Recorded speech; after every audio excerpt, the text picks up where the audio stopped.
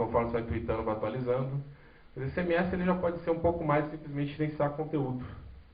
O CMS geralmente nasceu para você publicar conteúdo. Tem uma diferença significativa de você publicar conteúdo e você conversar com a sua audiência. Qual que é essa diferença?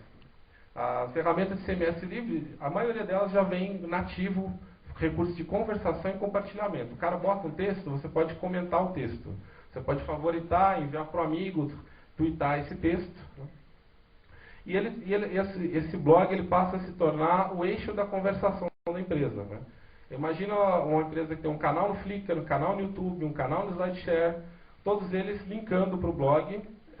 Em qualquer lugar que o cara estiver procurando algum tipo de material relacionado à empresa, uma foto, um vídeo, uma apresentação, ele acaba caindo no blog, encontrando nas caixas de comentário outras pessoas com as mesmas dúvidas e necessidades, e começa a criar um senso de comunidade em torno desse canal. Aí então, muitas vezes que eu falo para o cara assim, essa coisa de conversa pública, e ele pergunta, mas cara, eu já tenho conversa no meu site. Eu tenho um formulário de contato, o cara pode conversar comigo a hora que ele quiser, ele me manda um e-mail e eu respondo. Eu tenho um monte de funcionário, inclusive, para conversar com o meu cliente. Como que o meu site não tem conversação? Né? Aí o pessoal esquece o seguinte, quando você pega o formulário de contato, ele permite estabelecer uma conversa privada entre o prospect, o cliente, o leitor que está visitando o site e você do outro lado. Você responde, legal, mas essa conversa fica privada entre vocês dois. Quando você usa uma caixa de comentário para estabelecer essa conversação, tudo que é publicado, aquilo fica disponível para que o próximo visitante acompanhe aquela conversação. Se é uma dúvida que todo mundo tem, o segundo cara já não vai repetir a pergunta. Ele vai ver a pergunta lá e ver o que outra pessoa respondeu. Obviamente tem muita gente que não lê, né? Vocês devem estar pensando, mentira, cara, o cara não presta atenção, manda a mesma pergunta 100 vezes para mim. Mas acreditem, isso diminui um pouco desse fluxo de perguntas repetidas. E o melhor, às vezes o cara faz um comentário no texto meu, eu estou dormindo, estou fazendo alguma outra coisa mais interessante, e quando eu volto para responder, o outro cara já respondeu ele. A própria comunidade conversa entre si. Então você começa, esse senso de comunidade ele começa a vir quando você cria colaboração entre as pessoas que estão visitando o seu website. Isso acontece numa caixa de comentário, isso não acontece no formulário de contato. Só que nem todo CMS é social. A gente está aqui falando de WordPress, Joomla, Drupal, etc. Mas todo CMS ele tem capacidade de publicação, isso é nativo. Publicar conteúdo, controlar quando esse conteúdo vai ao ar, quem é o autor. A capacidade de conversação ela é nativa na maioria dos CMS que são voltados para blog. Né? Eu não acredito em ferramenta de blog como não sendo CMS. Para mim, toda ferramenta de blog ele é um CMS porque ele tem capacidade de gerenciar a publicação e ele nativamente tem a capacidade de conversação. Lembrando, eu coloquei maioria porque em 97, 2001, os sistemas de blog não tinham comentários. Os comentários eram ferramentas de terceiro. Você pegava um blogger.com da vida, tinha que instalar um Haloscan, tinha que instalar alguma outra coisa para ter comentários. Hoje em dia isso já é mais nativo.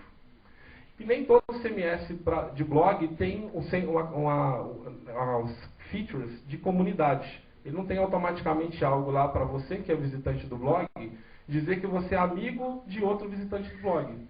De trocar informações identificar visitantes do blog como relacionados entre si.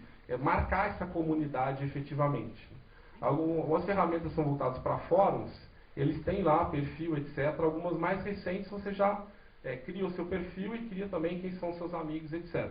Mas você pode contornar isso com plugins e com widgets, criar comunidades dentro dessas ferramentas de CMS. Então, resumindo, eu tirei todas as piadinhas, aí ficou bem rápida a apresentação. Só deixei as piadinhas com uma case. Ter um website não é apenas uma oportunidade de publicar conteúdo e divulgar a sua empresa. Implica em conversar com sua audiência. Sua audiência pode ser clientes, prospects, fornecedores, parceiros, funcionários. Se você trocar informação, estabelecer uma conversa com esses elementos. O usuário hoje da web, ele aprendeu a usar a web para conversar. Se você não conversa com a sua audiência, você frustra o seu leitor. Hoje o cara chega no website e não quer mais simplesmente mandar um formulário de contato. Ele quer fazer algo mais. E esse algo mais ele não necessariamente encontra em todo o website, ele se frustra e vai para outro que dá essas capacidades para ele. A escolha de CMS, na minha opinião, ela pode e deve ser pautada nas capacidades sociais dele. Quando o cara está escolhendo o CMS para desenvolver um website, um blog, um fórum, uma comunidade de um cliente, ele deve pensar na capacidade, nas ferramentas que esse CMS vai prover para que os visitantes possam se sociabilizar com a empresa e entre si. Qual a pergunta? Tem outro microfone funcionando além desse, que o pessoal pode fazer pergunta? Cadê? Tem alguém que fazer alguma pergunta? Vou levantar a mão. Oi, aqui. Tem algum microfone para levar? Qualquer coisa eu levo para ele o microfone. Tá vindo lá? Opa, o cara se mexendo lá em cima, a sombra. Então, aí tá. Cadê? Vou levantar a mão aí. Obrigado. Tudo bom, Ednei? Boa tarde. Boa tarde. A gente já se conhece. Eu queria te... eu combinei com ele para não ficar sem pergunta, tá ligado, gente? Sagaz. Exatamente. Basicamente, Ednei, eu hoje sou responsável por uma reestruturação de um site grande chamado Moto Online, e a gente tem um desafio pela frente que é entender como usar as várias mídias sociais para formar uma estratégia única. Ou seja, é exatamente pertinente com a sua palestra, né? A gente tem hoje um site que não usa muitas mídias sociais, mas para mim isso daí tem que estar incorporado no futuro da estratégia. Então, tudo bem que todo o tráfego tem que ser voltado para o site, mas ele pode ser gerado em diversos canais, desde YouTube, Flickr, N outros canais. Eu queria que você comentasse um pouco sobre como que você consegue traçar uma estratégia em cima de um desafio como esse que eu te ilustrei aqui. Tá, bacana. É o seguinte, a gente tem que pensar que redes sociais que a gente vai colocar no blog, no website, não é coleção de figurinha. Né? Eu vou colocar o máximo de links possíveis para todas as redes sociais do universo para o meu site ficar hiperconectado. Né? Não é essa a estratégia. Cada uma dessas redes que eu mencionei, que a gente pode integrar com uma ferramenta de CMS, quer dizer, vídeo, foto, slide, ela requer produção de conteúdo. Você tem um canal de vídeo, você tem que produzir vídeos. Você tem um canal de foto, você tem que produzir fotos. Uma pergunta que você tem que fazer anterior a isso é que tipo de conteúdo que o seu cliente vai produzir para esse tipo de canais. Se ele não produz atualmente, se ele vai assumir o compromisso a partir do momento que aquilo for colocado no ar, a ter uma atualização periódica, semanal, quinzenal, mensal, que seja, mas de vez em quando alimentar aquele canal.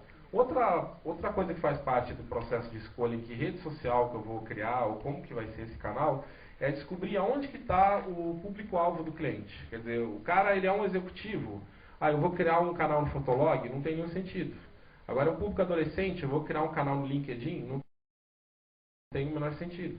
Quer dizer, em que redes sociais que esse usuário está, e acredite, as pessoas estão em alguma rede social com a mais absoluta certeza. Ele pode não estar no Orkut, mas ele está no LinkedIn, ele está no Via6, ele está no Teberus, ele está no SlideShare, são redes sociais mais corporativas. Né? A pessoa jovem só usa para chat, né? Ele está no Orkut, ele está no Fotolog, a pessoa etária, mas pelo tipo de interesse. Designers vão ter um perfil no DeviantArt, né? Músicos vão ter um perfil no MySpace. Então você tem que descobrir quais são as redes de nicho e quais são as redes por faixa etária. Uma vez que você encontrou esse público-alvo, entender o que esse pessoal o que esse público-alvo está fazendo naquela rede. Se o pessoal está lá no Fotolog fazendo o quê? Estão olhando foto de gatinhas e gatinhos. Você consegue produzir alguma coisa interessante para esse público? Senão não adianta também você criar um canal só porque o seu público-alvo está lá. Você tem que saber que tipo de conteúdo você vai usar linkado com a comunicação da empresa. Então, basicamente, esse processo de decisão ele baseia aonde está o público-alvo, que tipo de conteúdo eu consigo produzir para esses canais, e aí sim eu vou integrar eles na ferramenta de CMS e começar a estratégia de estar produzindo conteúdo, de estar conversando com essa galera. Mais alguma pergunta?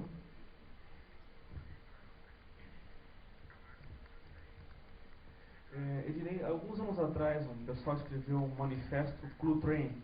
Não sei até que ponto isso te influenciou, mas na época o texto parecia meio louco, assim, as pessoas liam e não conseguiam entender muito bem o que o pessoal queria dizer com isso. O ponto básico é que as empresas estavam iniciando as conversações online, né, que seria basicamente o uso dessas redes sociais, de blog e tal, e isso foi ganhando força com o passar do tempo.